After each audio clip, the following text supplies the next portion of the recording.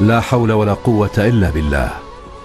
هذه الدنيا بكل جمالها وعظمتها سوف تنتهي يوما ما، والشمس والنجوم أيضا سوف ينطفئ نورها، والجبال الشاهقة بكل هيبتها وشموخها سوف تصبح دكا، وستغور البحار، وهذه الغابات الجميلة ستصبح خضرتها كأنها حمم البراكين.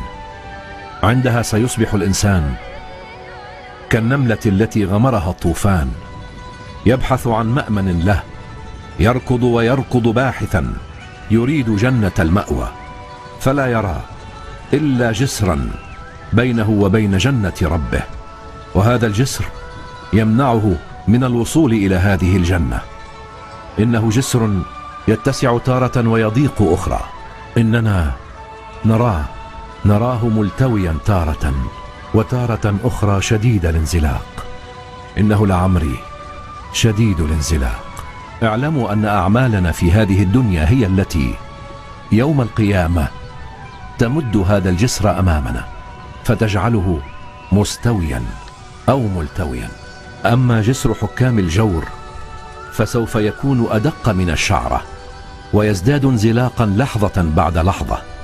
في ذلك اليوم جوارحنا تشهد على أعمالنا خيرا كانت أم شرا، ولا شيء أشد من الظلم هولا.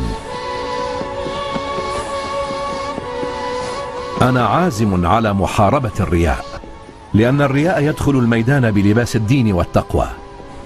هو عملة ذات وجهين، وجه نقش عليه اسم الله، والآخر نقش عليه اسم الشيطان.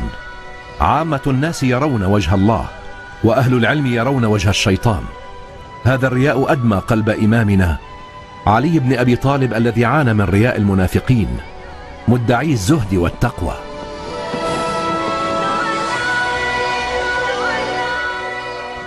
وأما بنعمة ربك فحدث.